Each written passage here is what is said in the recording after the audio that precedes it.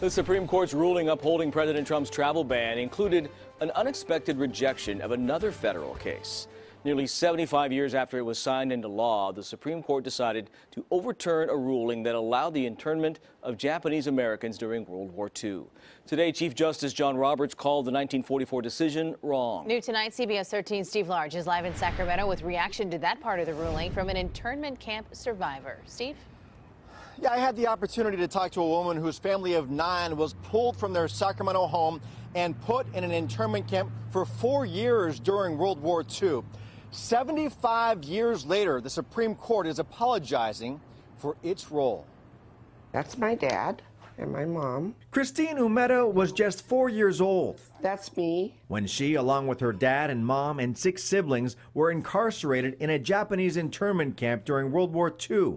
Umeda's family photo album shows her personal story. At one point, Umeda was separated from her parents when she became sick, the experience leaving her with vivid nightmares into her adulthood. Where I was put into this panel truck that had no windows, and the door would close, and it would be black, and I would scream. The U.S. government forced more than 100,000 Japanese Americans into internment camps in the name of national security.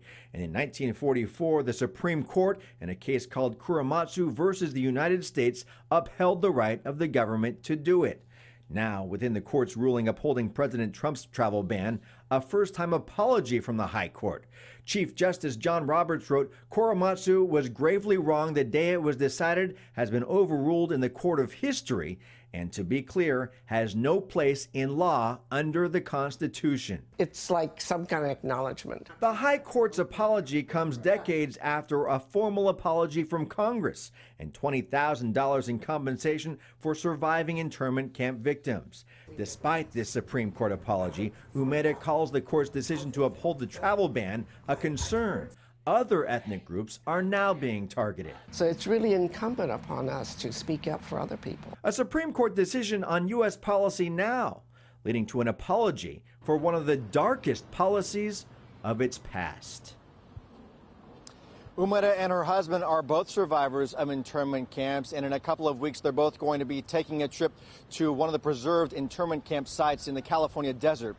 They're calling it their pilgrimage. A powerful ruling on a painful period. Steve, thanks.